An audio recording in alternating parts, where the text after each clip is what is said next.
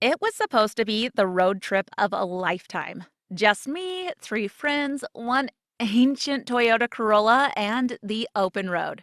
But stay tuned because even I was shocked at the ending to this story. It was Friday morning when Jamie, Georgia, Will, and I took off in Jamie's mom's beater. There were 250 miles between us and our camping spot. We were about 2 hours into our drive when we noticed the dark clouds that had started to roll over the horizon. The further we drove, the darker the clouds became, and it wasn't long before it started to rain. Hard. Hard enough that we decided to detour to the next town and seek some shelter. By the time we made out an exit sign, the wind had picked up, and our pimp mobile struggled to drive straight without slipping on the wet road. Occasionally, the bassy boom of a thunderstrike made us all jump as we peered through the misty windshield, desperately trying to find some cover and a way out of this death trap. Between the frequent claps of thunder, the pouring rain, and the howling wind, we suddenly heard a new sound. It was George's stomach, growling.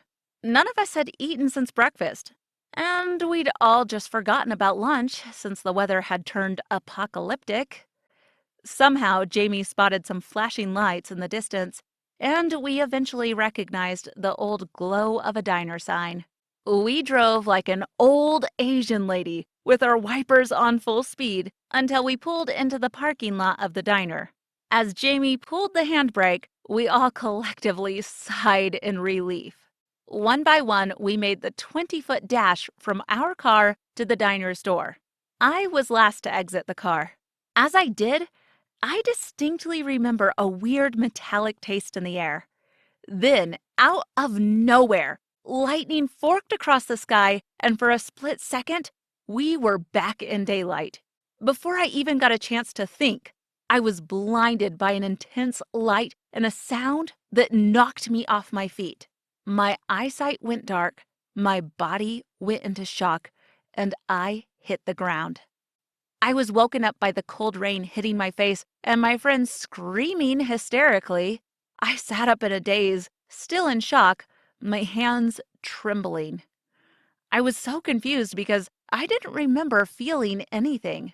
It took me a minute to realize that I had just been struck by lightning. Several people inside the diner came out to see what was going on and were confronted by me, looking a little less than ecstatic. One of them called an ambulance, and by the time it arrived, the rain had stopped, and I began to get these little tree-like purple scars around my neck and shoulders. Of course, our weekend road trip was canceled, and I had to spend the rest of my weekend in the hospital under observation. Overall, I consider myself pretty lucky to have seemingly suffered no permanent damage. And honestly, even the scars around my neck give me the perfect excuse for a tattoo to cover them. Sorry, Mom.